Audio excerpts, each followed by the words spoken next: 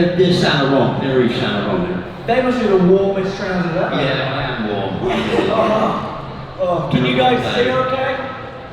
Yeah, Do you hear me alright? I don't really know how to use the mic. The best, we were told just keep it close to your mouth. One like there, somewhere like that, with my little hooks on my coat somewhere. Yeah, I like it. So there's a comedian in the UK who has a coat hanger he puts them into. Oh yeah? It works a treat. But we don't have a coat hanger. Weird thing, I went at the mic. You hold it like you're a singer or a musician or anything, because you hold it like someone. Well, I've always wanted to be a rock star. So whenever I'm on stage and I've got a mic in my hand, I'm like, fuck you, sing, man. So, you know, yeah. And now I know exactly which era of rock star you want to be. So there you go, you've got Stone Roses. Yeah. You ever seen them live? Yeah, I know Ian Brown, yeah, I know. Do you know Ian Brown? I do, yeah. Really? I met at a party, and of all the people I've ever met, right, musicians are like, to me, mind blowing. I mean, actors aren't that, I don't get that blown away by actors really. So I guess I meet them on the same level that I'm at. You know, being an actor, you meet other actors, doing stuff with them. But musicians, yeah, I'm like a bit of a fangirl, and I mean. Yeah, so you get more starstruck by a musician than you're an actor. I do really.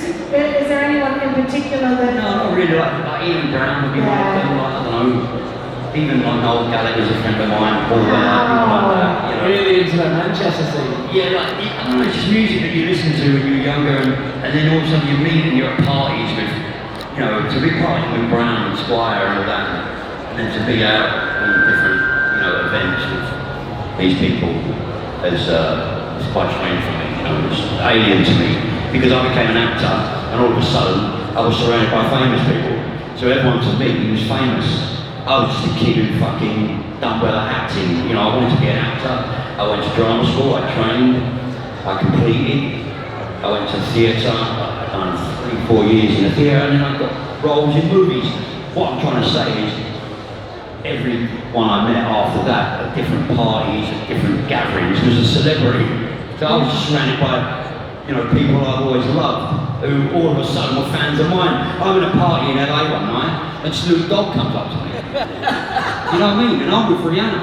And I'm sat there with Rihanna, and I'm already buzzing because I'm with Rihanna. And then all of a sudden Snoop comes in the party, he sits on our table, and I'm like, fuck, Snoop Dogg. And she's like, well, go say hello. So I've jumped up and I've gone over, and I've approached him, and he's chilling like that, Snoop. And I'm like, yo, Snoop, what up? And he's got, yo, Arthur Shelby in the house. You know, this is in a club in LA, and yeah, so he knows me. So I was like, you know, I was just like a kid in my sweet shop. Yeah. I still am, I suppose. This is all great to me. It's all like, you know, I don't take nothing for granted. It's all very exciting for me. I think it should be. I think I want to see more. Well, look, I'm not being funny, right, but acting is the most hedonistic. You know, it's an industry, or shall I say, a profession that you want people to watch you and look at you and you know, admire, adulation, whatever it may be. I never wanted that, right, until I got it, and then it's quite infectious. So you can understand why people still come to these things 60 years down the line. You know what I mean? You got RoboCop, he's here today. I mean, when's the last time you watched RoboCop? You know what I'm saying? I watch it every year. Watch every year. There you go. What got you, like, what was the thing that drew you to acting? Like, because you said you wanted to do it. Was there a specific thing? Yeah, like the music I was into and the books I read. Mainly the influences I had as a child growing up, when the films I used to watch and the music I listened to. I always loved acting. And I loved reading. I loved you know, certain poets and different genres. But I used to read mainly to Paul Gels. That was the only reason I read books and sort of like, you know, sort of studied different like Bukowski and different like, you know, novelists like that, Updike, and basically attract females, you know, to attract the opposite sex. Because I found that books was always a good way in. Especially, you know, especially certain novelists and all that. I might be naive here, but how do you get, so you're reading Bukowski? I'm telling you, mate, listen, you speak to a girl from Beedales, I don't know if anyone knows about that school here, but and you're reading like, I don't know, Arthur Rimbaud or something, you're sat on a tube train in London. I bought the History of Western Philosophy, right? Never read a page. I used to sit on the tube on the Underground, a book like that, pretending to read it. Is that how you do it? It's like upside down. And I just sit there like that. Snoop Dogg comes over. Girls would sit in front of me and I am like that, looking. Anyway, I don't know, in my head it made sense. It still does. I ain't done too bad down to it, put it that way. But being an actor, it just came from being told that, oh, you should do this, and you should do that, and you're funny. And have you ever thought about doing something in front of a camera? And to me, it was just another way of someone just being affectionate or someone admiring me, right? And I love that. I've always been a rapper, so I've always liked to talk. Don't know if you noticed, but I've always liked to fucking speak and I have people listen. I'm not a great listener. I'm shit at listening. I love that I've got a captive audience. If any of you turn away, you'll destroy my self-worth. But I love that I've got a captive audience. I'm a terrible listener. So when I captivate an audience or a London dinner table, and that's what I'd done one night, I was having dinner in London, and I was with Ralph Fiennes, Orlando Bloom, before he was Orlando Bloom. He was just a fucking good-looking kid. And I was with his girlfriend, my girlfriend at the time, and I was having dinner, and they said to me, oh, and they all were at the table. I was reciting lines for one of my favourite films, The Warriors, 1979 film by Walter Hill. Nice. There you go. And I was reciting lines from that. I've always recited lines from movies. I've lived my life by a film. I used to walk to school in the morning, look in car windows, I'd have a song playing in my head. I don't know if many of you want to dream of being an actor or live in an imaginary world. I know we all do because we're all in this like Comic Con thing together, right? We all play with toys at certain ages and all that. I do too, And I used to walk to school and a sound playing in my head, a theme tune, my own theme tune. And I've never ever had a plan of being an actor. I never had no work. I never had nothing worked out. I still don't today. But anyway, at this dinner table, I was told, have you ever thought about acting? Bloom, as you know him today, he was at Guildhall, he was studying to be an actor before Lord of the Rings. And he said to me, like, I'm at drama school at the Guildhall. Anyway, I applied for the Guildhall, fuck it. I thought, how do you go about being an actor? I left school when I was 14, no education, alright? I left school when I was 14 to be a ticket town. And I had a lovely time doing that. I made a lot of money and I fucked a lot, excuse me. And I had a great time partying, made a lot of money, and I enjoyed myself. And education wasn't very high on the agenda, not in my household. Unfortunately, or not. I hope to teach my son differently, but in my home, no one encouraged me to go to school. I had to trim, don't get me wrong, I had to bunk off school, sneak out of the house in my uniform in a bag, or wear it under actually wear my plain clothes under my uniform. But my mum and dad knew I wasn't going to school and didn't really give a fuck, you know what I'm saying? So I left school when I was 14, I became a ticket tail, and in that world, that's a whole other story I will not go into. I'll water that down, just like I did for my principal at the drama school. I ended up going to the Guildhall. Wow. And I've done 3 years there, for BA. I've never had a clue what I was doing. I just started to read more impressive books to impress prettier girls. And I had a great time at drama school. It was a whole new way of life for me. So I left school when I was 14, then I had a great big gap in my education. Sans the time spent in the young offenders institution and my mischief and all that. But anyway, I had a great gap in my education. And I ended up at drama school when I was about 24, 25, which was old. I've never felt old in any fucking surrounding I was ever in. I was always the kid. And when I went to drama school, I was like now 19-year-old girls and all that going, oh my God, how old are you? 24? Made me feel old, man. It's a really similar, David Bradley had the same thing. He went to drama school when he was 24 because people kept saying, you should act. Yeah, they were all young. Everyone was 18, post-grads, and I was like, I wasn't the oldest, because there were older people there doing whatever postgraduate classes and stuff, 2-year courses. But I felt old, even though I blended in, because at my heart I was fucking 17.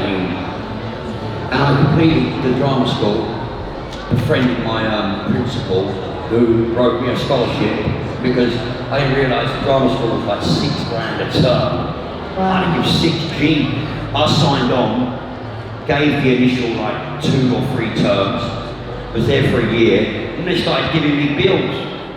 You know, and I was behind. And they were like, look, you've got to leave. You're out. Or time's up.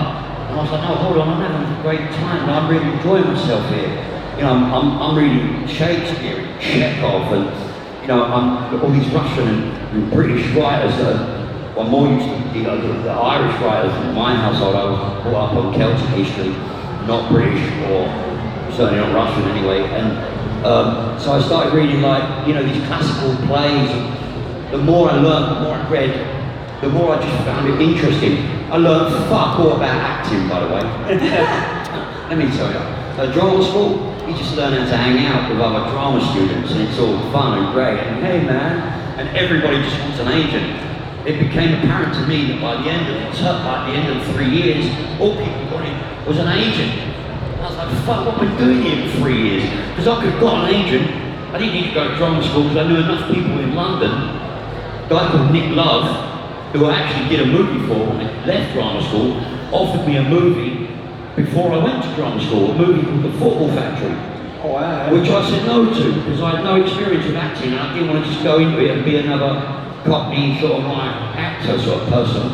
Anyway, when I left drama school, I went to the National Theatre, I went to the Goldmar, I went to the Royal Court, done all these highbrow plays, thought I was something I wasn't. Then I wound up in a Nick Love film, playing a fucking football hooligan, The Firm, which was my first movie. And from then I met Guy Ritchie, and Guy Ritchie put me in Sherlock Holmes. And from then I've never looked back, and I've been an actor ever since. And I'm not being funny, never had a plan, never had a sort of, I know what I'm going to do next. I've sat in rooms in LA with different people, and they've gone, so Paul, what do you want to do, bro? What is it, man, what do you want to do next? Like, you want to do a movie with this guy, that guy? I was like, nah. I said, like, I'll do whatever you want. I'll do whatever's good, whatever I gravitate to. Fortunately, that was a movie with Leo, The Revenant. I did a small part in that. I think it was that was like, to me, that was like being in Apocalypse Now, you know what I mean? Like, any part in The Revenant was a part for me. Yeah, and Francine, who cast it, Francine Meisner, she said to me, look, Paul, there's not great parts left in The Revenant. All the big roles have gone, you know, like Tom Hardy and Will Poulter. And I was like, I don't care, because Tom's my boy, and Leo, and they all want to be in the movie. So, and apparently there were 3 roles. She went, okay, we'll choose one, pick one. And there were 3 roles I could have chose from The Revenant. And I chose, well, my namesake, the guy was called Anderson. So I chose him. It wasn't the best part, actually. Stubby Bill was the best part, but I don't know, I gravitated to more, I don't know. Anyway, so I chose that part, got it.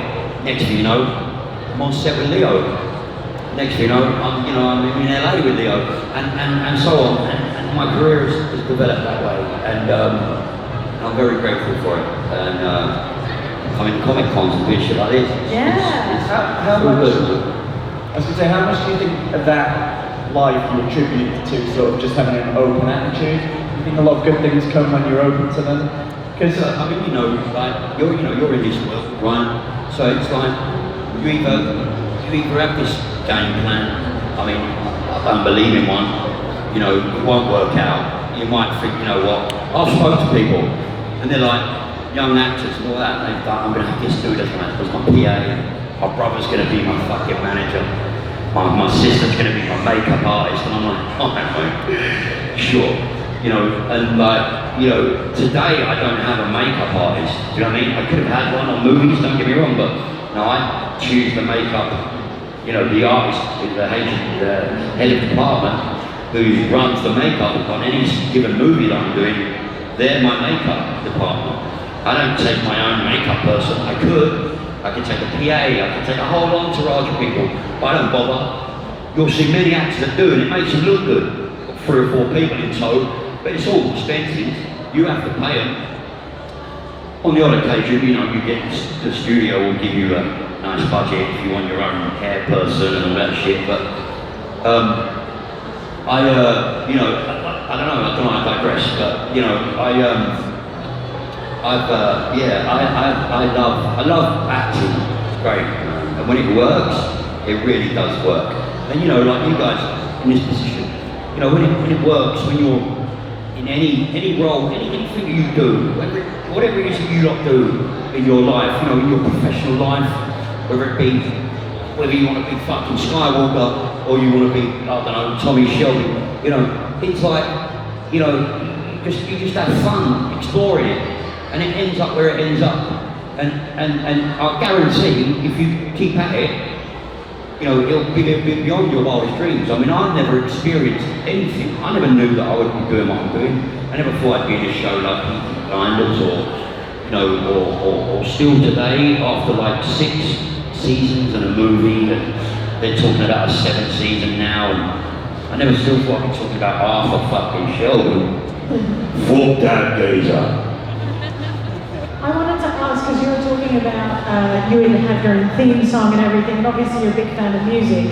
Yeah. If you could soundtrack your life, do you have like exact tracks in your mind where you're like, that would be for that?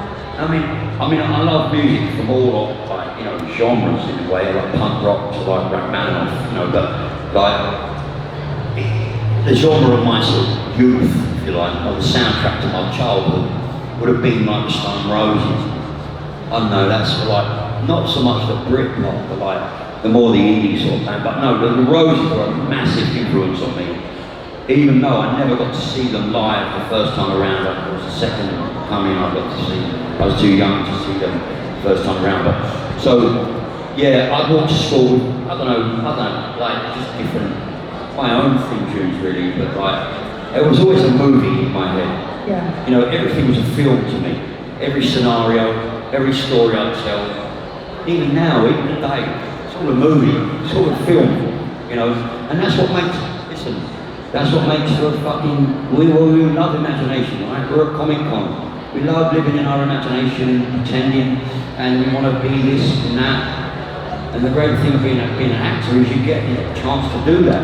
I get a chance to be whoever I want. It's a cathartic experience. I get the chance to express feelings of great depth of emotion, feelings of pain, of anger, you know, cathartic feelings of losing my father when I was 14, or, you know, or whatever it may be, you know, like, just you get the opportunity to express a whole range of emotion being an actor, if you can channel that, or you can just turn up and act. Pretend, go on again, I feel so sad. You know, or I don't know how to act, I ain't got a clue. You sit here now, we read a scene, I'm sort up here, right? It could be a sad scene. You know, your boyfriend's just, right, cheated on you, right? With this dude.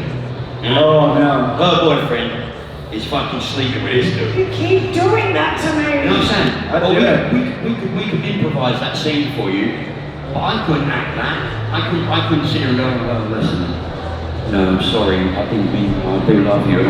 I'll have to get in touch with some fucking emotion that was real to me in order to do that. That's all I've ever done as an actor. And then displayed it on film for everybody to judge. Not me. It doesn't matter what I think of it. It doesn't matter what anybody thinks of the product.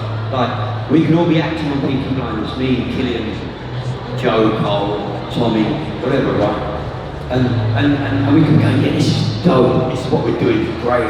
You know, we're killing it. But it don't matter until you lot see it and you lot say, oh no, that's good. I like that. Or that's shit. Or we're not watching another season of that. You know what I mean? Like, what, The Walking Dead season fucking 6? Really? You don't know what I'm saying? Dexter? Come on. I mean, enough, right? But you can get something that really resonates with an audience, and that's what I'm judged on. Like, it's nothing to do with what I do.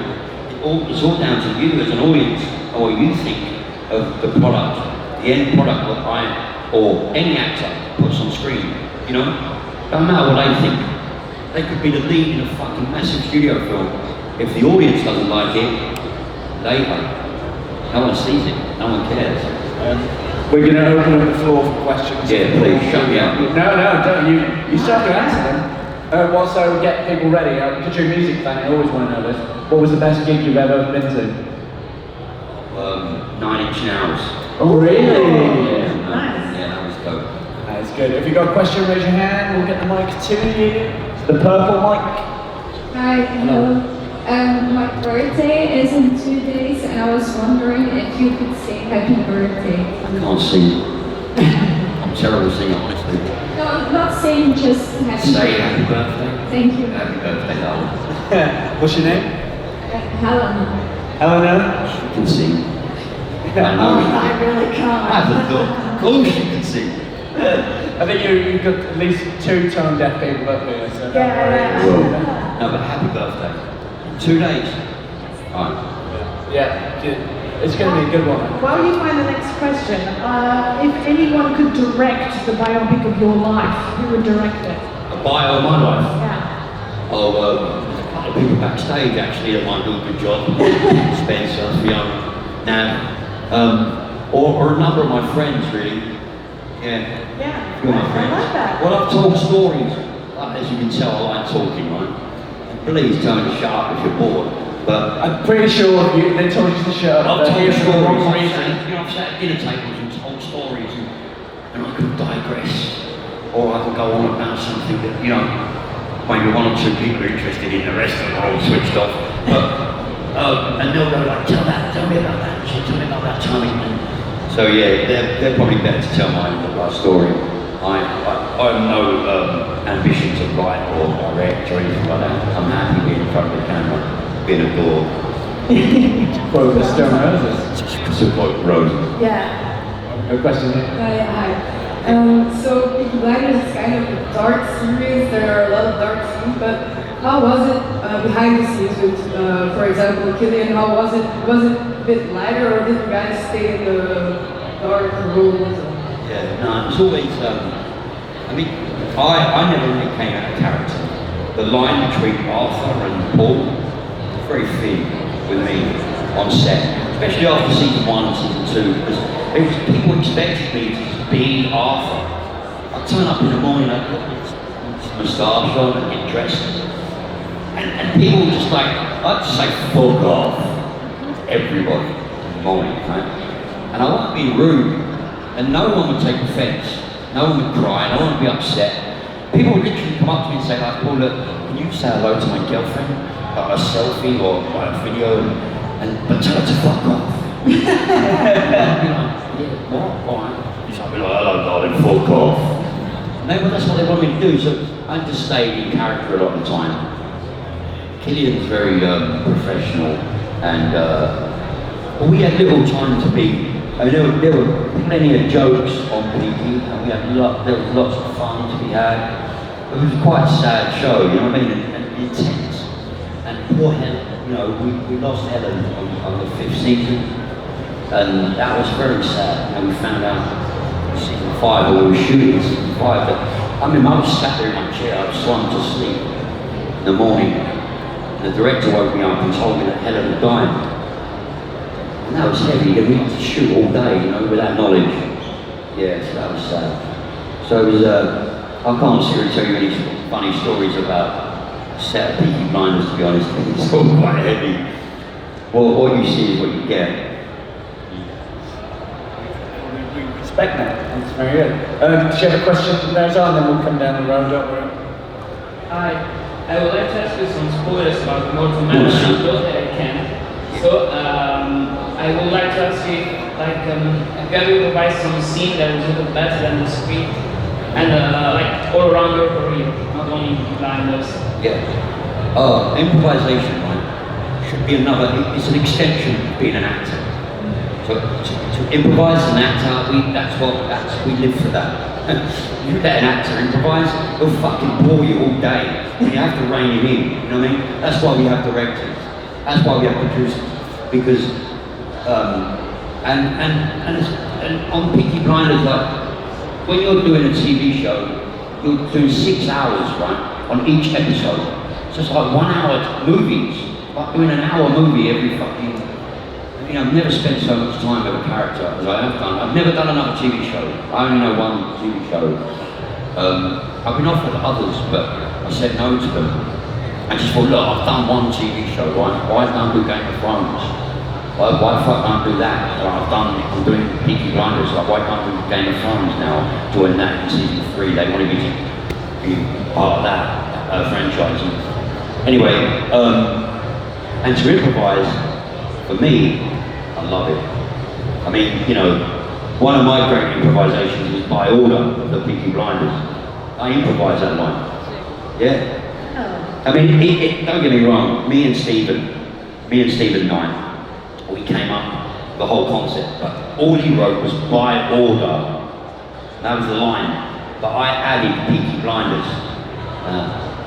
And it became sort of quite pull on. It's a little bit closer. That's where I got the name. Yeah, and that's where we come up with that shit. Can we pass the microphones down to people, I think it was? Yep. And has anyone else got questions so I know where the microphone's going to go? Yeah. Put your hand up if you got one after this. I know this kid. I know this girl. Hi. Hello. You mentioned you've done theater in drama school. Is there a favorite play that you did, or is there like a dream adaptation or a dream theater thing that you'd like to do? Are you familiar with The Caretaker by a playwright called fucking I've forgotten his name. I'm blank. Johnny Caretaker. No, The Caretaker is a great playwright, and there's a part in that. Davis, his name is. I'd love to do that. I'd also like to do. I'd actually like to do a Scottish play. You know, Macbeth.